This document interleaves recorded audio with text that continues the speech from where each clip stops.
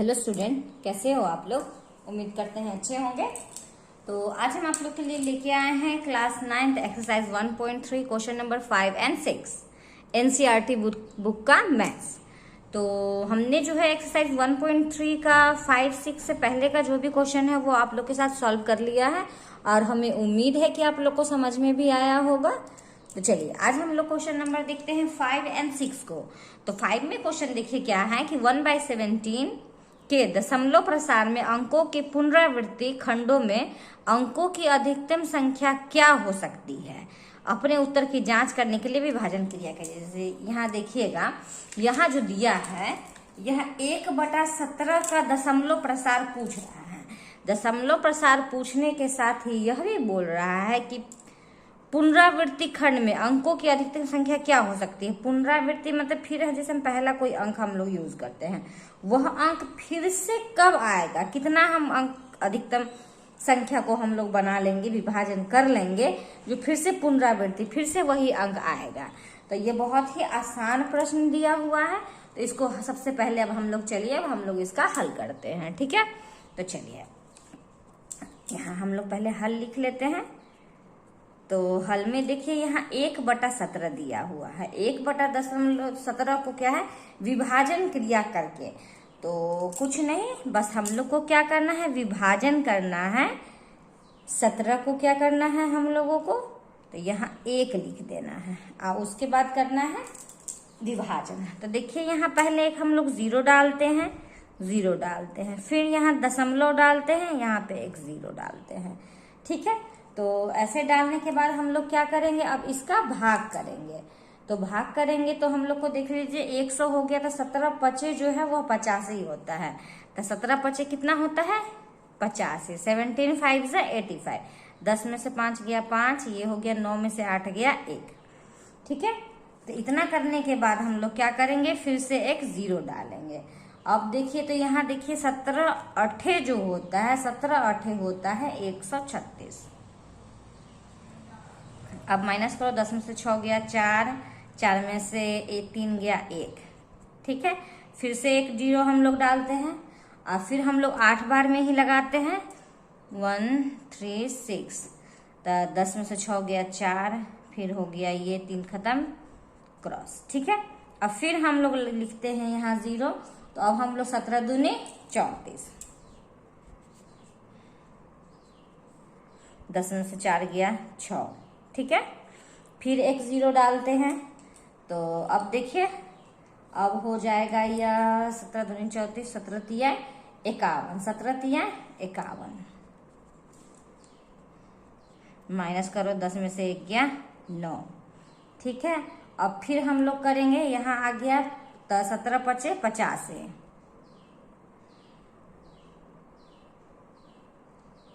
17 तिया 51, सॉरी, फिर 17 पचे 85, 10 में से 5 गया 5, ये हो गया फिर से 50। तो अब हो गया 17 दूनी 34, 17 तिया 51, तो 17 दूनी 34, 10 में से 4 गया 6, 5 में से 3 गया 1, यहाँ से लिए हुए हैं, यह हो गया 1 6। फिर से हम लोग 0 डालते हैं।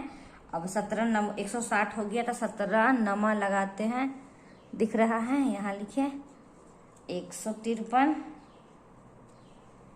तो 10 में से 7 गया, तो 10 में से 3 गया तो 7, कटकुट यहाँ 0 डालिए। अब देखिए तो यहाँ 70 हो गया, तो 17 चौका 68, यहाँ लिखते हैं 17 चौका 68, 10 में से 8 गया 2, फिर 17 एकम 17,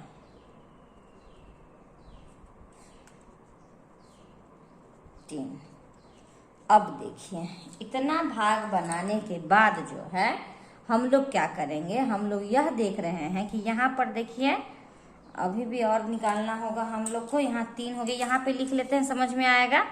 यहाँ 3 डाल के दिए 0 देखते हैं, फिर 17 एकम 17, 17 दूनी तो 34 हो गया। भाग देना है, यहाँ जो हम लोग 1 से स्टार्ट किए हैं ना पुनरावृत्ति में, फिर से हम लोग को जो है 1 आना चाहिए।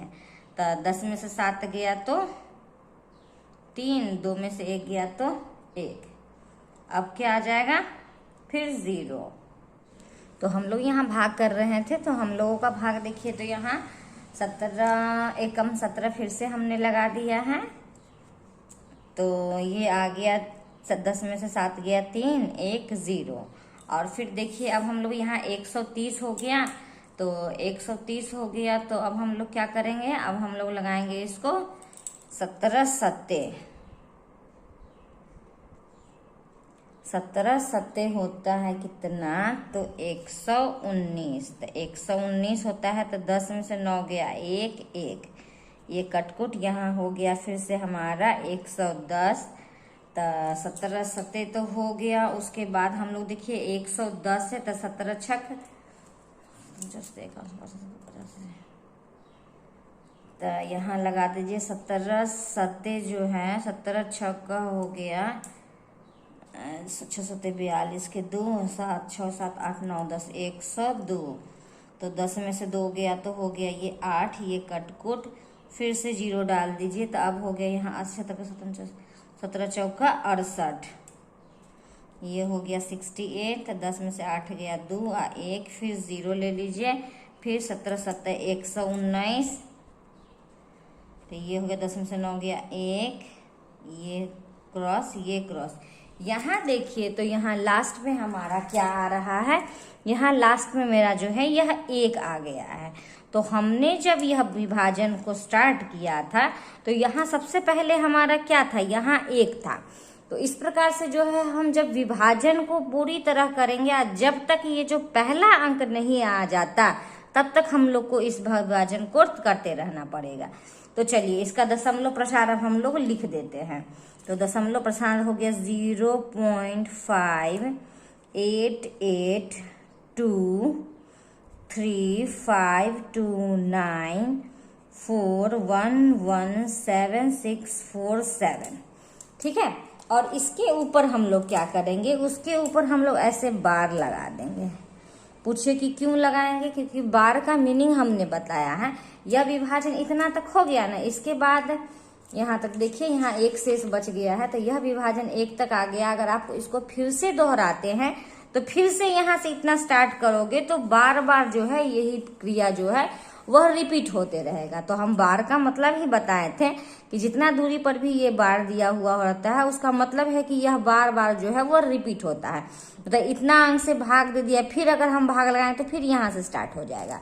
तो इस प्रकार से जो है 1/17 का दशमलव प्रसार जो है ये हो गया। उसका पुनरावृत्ति खट या विभाजन के द्वारा जो है हम अपने उत्तर की जांच कर लिए। आई होप आप लोग को समझ में आया होगा। तो चलिए, अगर समझ में आया है तो सब्सक्राइब जरूर करें मेरे वीडियो को, शेयर जरूर करें। तो अब हम लोग फिर देखते हैं नेक्स्ट क्वेश्चन, क्वेश्चन नंबर 6। तो क्वेश्चन नंबर 6 को हम लोग देखते हैं।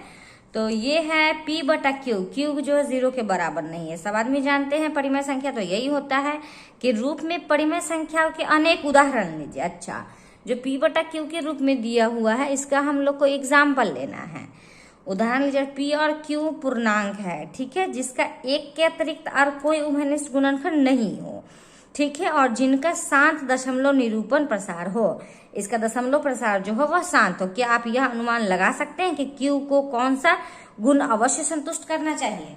तो चलिए, सबसे पहले तो हमको बोला है कि यहाँ P/Q के रूप में कोई हमको परिमेय संख्या का उदाहरण लेना है, जिसका जो है P और Q पूर्णांक हो, जिसका 1 के अतिरिक्त अन्य कोई उभयनिष्ठ संख्या नहीं है। इस प्रकार से जो है हम लोगों को सबसे पहले क्या करना है, तो हम लोग को उदाहरण को सोचना है। तो चलिए इसका हल हम लोग करते हैं। तो अगर हम लोग एग्जाम्पल लेते हैं, तो चलिए सबसे पहले देखते हैं 11/5। ये P/Q के रूप में है, बिल्कुल है। आइए, जो 5 है वो 0 के बराबर भी नहीं है, यह पूर्णांक भी है, और क्या है, तो 11 देखिए, 11 भी बस 1 से ही विभाजित होता है, 5 से भी जो है वह 1 से। मतलब इसका क्या यहाँ पे बोल रहा था, जिसका 1 के अतिरिक्त अन्य कोई उभयनिष्ठ गुणनखंड नहीं है। दोनों अंक तो वही है। चलिए और एग्जाम्पल हम लोग देख लेते हैं। तो ये देखो 51/2, 51/2, इसका भी देख लीजिए। 51 तो और 2 का तो एक ही विभाजन, एक ही अभाज्य है। चलो ठीक है, नेक्स्ट सोचिए तो ये हो जाएगा आपको 21/10, 10 का देख लीजिए, ये भी हो गया। और देख लीजिए तो 33/8। ऐसे करके जो है हम लोग और भी उदाहरण को ले सकते हैं, लेकिन हम अभी 4 एग्जाम्पल को ही ले रहे हैं। तो उदाहरण लीजिए, P/Q के पूर्णांक है जिसका 1 के अतिरिक्त और कोई अवैनिष्ट गुणनखंड नहीं हो, जिसका शांत दशमलव निरूपण हो। अब हम लोगों को क्या करना है, हम लोगों को शांत और अशांत देखना है। तो हम लोग को शांत पता चलना चाहिए। तो देखिए यहाँ पे 5 है, यहाँ पे 11 है, तो इसको हम लोग भाग देते हैं 5 दूनी 10, 5×10। देख लीजिए इसका दशमलव अब यहाँ लिखते हैं 11/5। इसका दशमलव प्रशांत 2.2, ये शांत है। चलिए दूसरा लेते हैं हम लोग 51/2। फिर से भाग करो 2 51, तो 2 दूनी 4, ठीक है। 1 2 पंचे 10, दशमलव डाल के 0, 2 5 10। तो इसका दशमलव प्रसार हो गया 225.5। ये भी देखो, ये भी शांत है। और तीसरा हम लोग लेते हैं 21/10। तो 10 को हम लोग 21 से भाग देखेंगे, 10 दूनी 20, दशमलव 10 एकम 10। तो ये हो गया 2.1, ये भी 2.1, ये भी शांत है। और देखिए 33/8। तो यहाँ 8 33 से भाग लगाइए, 8 चौका 32, दशमलव 8 एकम 8, 2 8 दूनी 16, 8 पचे 40। पूरा कट रहा है 4.125।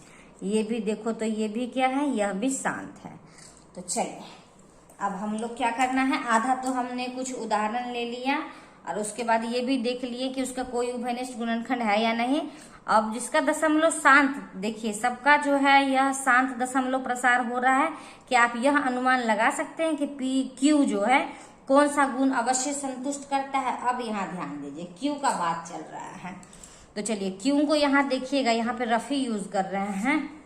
ये 5 है, तो 5 क्या क्या चीज से लग रहा है, तो 5 तो बस 5, ठीक है। अब नेक्स्ट है हमारा 2 भी देखिए तो 2 से लग रहा है, बिल्कुल लग रहा है। अब है यहाँ देखिए 10, तो 10 क्या चीज से लग रहा है, 2 × 5, ठीक है। अब क्या है यहाँ पे 8 क्या है, तो 2 × 2 × 2। तो यहाँ पर आप इस प्रकार से देख रहे हो कि कोई भी अंक अगर हम ले रहे हैं और जिसका कि शांत प्रसार हो, तो वह 2 और 5 यही जो है वह उसका अभयनिष्ठ संख्या आ रहा है।